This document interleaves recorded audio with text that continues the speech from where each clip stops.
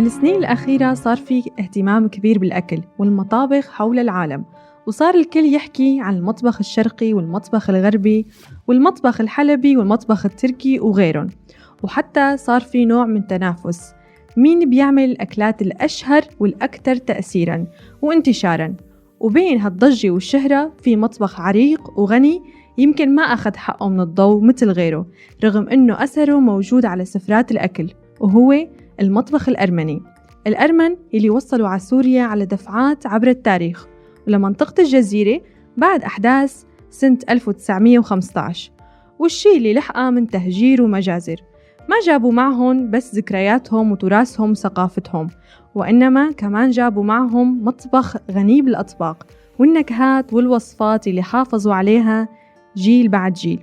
وبعد استقرارهم بمدن مثل حلب والقامشلي والحسكة وغيرها، صارت أكلات مثل البسطرمة والسجق وأصناف تانية انتقلت من بيوت الأرمن لبيوت السوريين بكل مكوناتهم. واليوم يمكن كتير من الناس بياكلوا هالأكلات بشكل يومي، لكن يمكن قليل اللي بيعرفوا أصولها وجذورها. بهالحلقة من بودكاست ذاكرة الجزيرة رح نغوص أكتر بعالم المطبخ الأرمني مع السيدة غايان دافيتيان، ونتعرف على حضوره بسوريا وعلى تأثيره بالمطبخ السوري عموماً وبالجزيرة السورية خصوصاً، ونسمع حكايات عن أكلات حفظت ذاكرة شعب وتحولت مع الزمن لجزء من تراث المنطقة كلها. أهلا وسهلا فيكي سيدة غايان. إذا بنحكي عن المطبخ للعائلة الأرمنية والمطبخ الأرمني، شو بيعني لك هذا الشيء؟ مطبخ أرمني بالنسبة لي هو هوية. في عنا عادات وتقاليد في أكلات تبع أرمينيا هون بالسوريا، أنا كلهم مع بعض ميكس عم أطبخ على بيتي. في عنا أكلات كتير مشهور بالأرمينيا، ونفس الأكلات عم يعملون أرمن تبع هون كمان جزيرة بالسوريا، نفس الأكلات يعملون هون كمان، بس شوي يختلف لأنه هون سوريا أرمن كتير يستعملون توابل، نحن أرمينيا مو نستعمل كتير توابل بالأكل، نفس الأكل نفس الطريقة، بس هون شوي نكهة وحد. أرمن كتير يحبون حد شوي زيادة يصير. أنت قصدك الأرمن بيستخدموا توابل أو لا؟ إيه، أرمن يستخدمون توابل كتير هون تبع قامشلي، أرمن تبع قامشلي. أرمينيا لا، مو يستعملون كتير توابل. طيب فيك تحكي لنا شوي عن أسماء أكلات أرمنية؟ أكل يلي نحن نعمل للبيت وكتير نحبه أكل أرمنية اسمه مانتي هو عجين ومثل شي بورك بس يختلف، هو يصير عجين ولحمة مفرومة ونسوي بالفرن، بعدين مع لبن، صوص لبن. كتير مشهورة بالأرمينيا، وهون كمان أرمن، أي منطقة في أرمن يسوون هذا أكل مانتي. وأكتر شيء نحن نعمل قلية غافورما. شو هي غافورما؟ غافورما هو نفس القلية، هون بالسوريا جزيرة يقولون قلية، لحمة عجل نملحها نتركها يومين، بعدين نسلقها وبعدين نقليها مع ليه.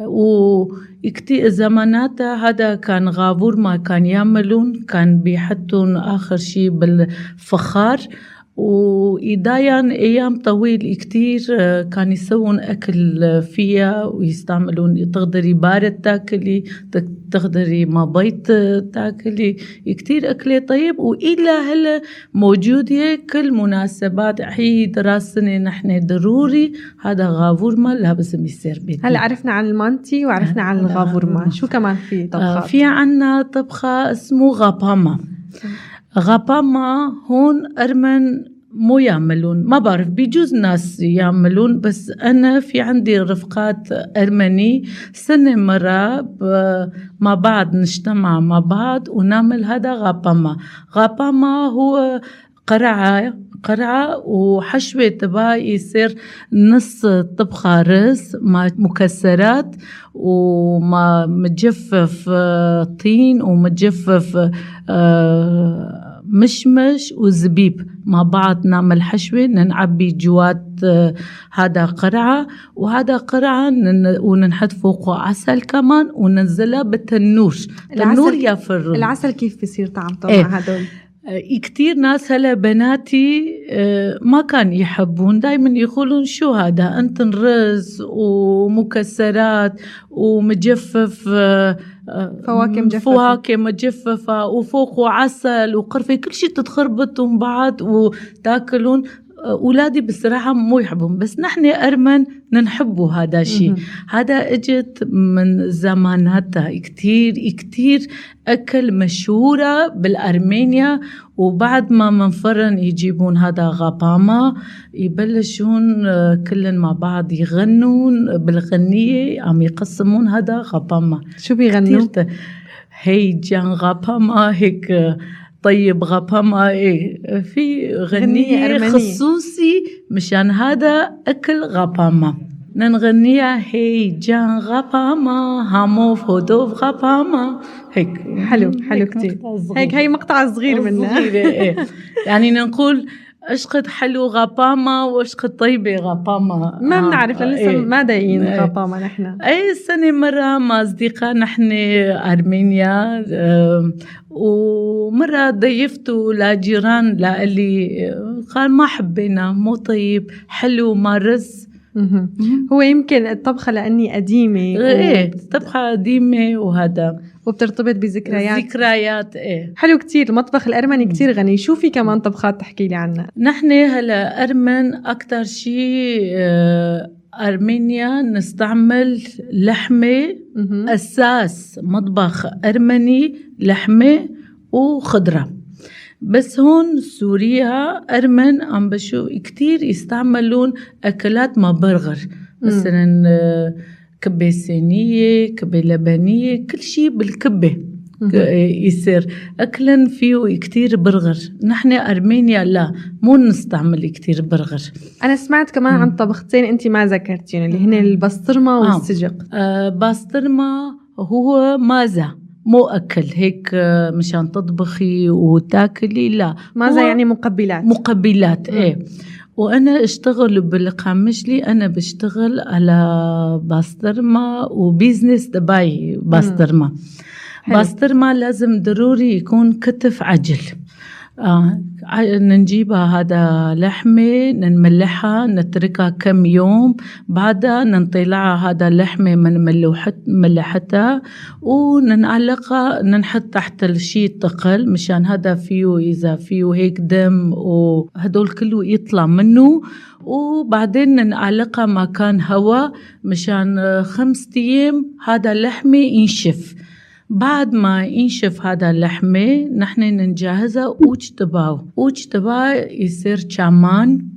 شامان بالعربي أنا أظن هي حلبة. إيه حلبة.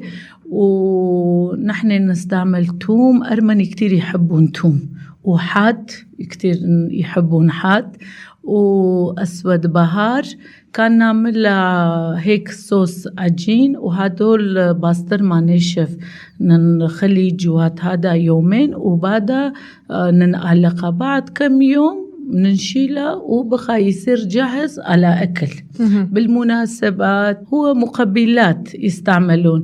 وبسطرمة قديم هذا، لأنه وقت كان يروحون أرمن بالحرب هذا بسطرمة كان ياخدون مان، لأنه كتير كان يضاين مان أيام طويل إذا ما في أكل. وهذا بسطرمة ما كان ينشف، ما كان يخرب، لأن اللحمة مالحة فما بتخرب. ما كان يخرب. ودايم وقت يطلعون بالحرب كان ياخدون دايما عساكر مان مشان من جوع يخلص على إلن ويصير أكل مان. طيب شو هو السجق الأرمني؟ هلا السجق أرمني بالمناطق لمناطق يختلف من بعض. هو نفس الشيء، لحمة مفرومة مع توابل. بس أرمن مثل ما هلا قلتلك كتير يستعملون توابل. نحن 7 بحارات نستعمل جوات هذا السجق. هو 7 بهارات يصير من فلفل أسود، فلفل أخضر، قرفة، كمون، كزبرة، شوي كمان. كان يخلطون كله مع بعض، يطحنون، وكان يستعملون على سجق. طيب شو هي الأكلة اللي بيحبوها الأرمن كتير وبتكون موجودة بكل بيت أرمني؟ خليه غافورما. غافورما أرمني كتير يحبون لحمة. إيه غافورما كل بيت أرمن يسوون، وفي أكلا مطبخ أرمني كتير مشهورة بالغافورما. هلا بتشوفي إنه في طبخة بيسووها شعوب المنطقة ومكونات المنطقة بس هي أصلها أرمني؟ إيه. في هيك طبخة مثلا؟ إيه في طبخة كتير فيه. إيج، هذا إيج من برغر وخضرة وفيه مي بندورة بالزيت زيتون.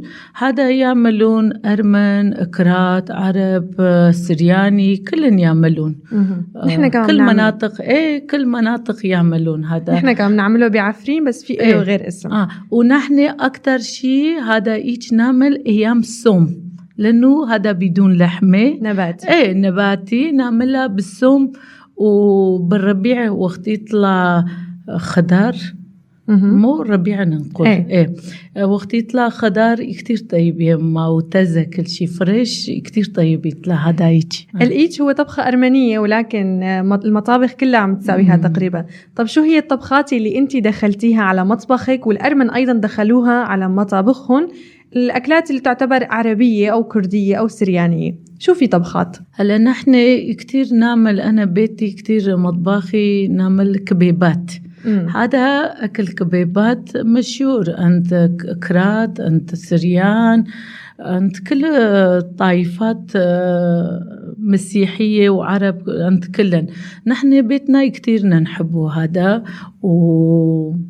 أنا هلكت ما كان أحبها، كان أريد إلى أعرفها كيف يعملون هذا كبيبات. بعد كم تجربة وبيتي مو جوزي حموي كان كتير يحبون، فأنا من أرمينيا كل مرة أسيحة حدا جيران مشان يجي يساعدني على هذا كبيبات. بعدين أنا علمته، لأنه كل أسبوع مرة بيتنا لازم يكون كبيبات. حابة كمان هيك أعرف منك أكتر إنه أنتي في لك أصول كردية كمان، بتشوفي إنه في تداخل كبير بين الطبخات الكردية والطبخات الأرمنية أو لا؟ يعني ما بتشوفي هذا الشيء؟ هلا أكل كردي وأرمني في أكلات، هلا منطقة أكلات كله يشبهون بعض، لأنه جيرانين على بعض، أصدقاء. واحدة يدخل على بيت تاني يأكل يحبها، ياخد نفس الشيء يجيب بيته وهو كمان يعمل نفس الشيء. في شبه، بس كل واحدة يعمل بطريقتها. حتى إذا في أكلات أنا مطبخي وغير أرمن مو نعمل مثل بعض، لأنه بيختلف أكل نفس الشيء بس يختلف مكونات من بعض، يختلف التوابل. يختلف توابل. هلا أعرف ناس كتير مو يحبون بصل توم، أنا مطبخي كتير استعمل توم وبصل كتير نستعمل وبهارات. طيب في توابل بيستخدموها الأرمن مثلا نحن ما بنستخدمها أو خاصة فيكم بطبخاتكم؟ هلا أنا كتير أنا كتير استعمل كمان الحلبة. كتير استعمل باللحومات كتير. ونحن كتير نستعمل قرفة كمان باللحومات بالطبخ كتير نستعمل. وأكتر شيء 7 بهارات كتير نستعمل. 7 بهارات. وهذا خصوصي كان نجيبها من حلب، لأنه حلب عطارين كتير مشهورين على أرمن. حلب كتير فيه وتوابل ما بعرف ناخد من حلب دايما نكهتها غير شيء. شكرا كتير لك. وهيك بنكون وصلنا لنهاية حلقتنا. تعرفنا اليوم على جانب مهم من تاريخ الأرمن بسوريا، وكيف قدروا يحافظوا على هويتهم وثقافتهم من خلال المطبخ، وكيف صارت عدة أكلات جزء من ذاكرتنا ومائدتنا الجزراوية والسورية. شكرا لك السيدة غايان دافيتيان على هالمعلومات القيمة، وشكرا لكم مستمعينا. كنت معكم هيفا عبد القادر ببودكاست ذاكرة الجزيرة.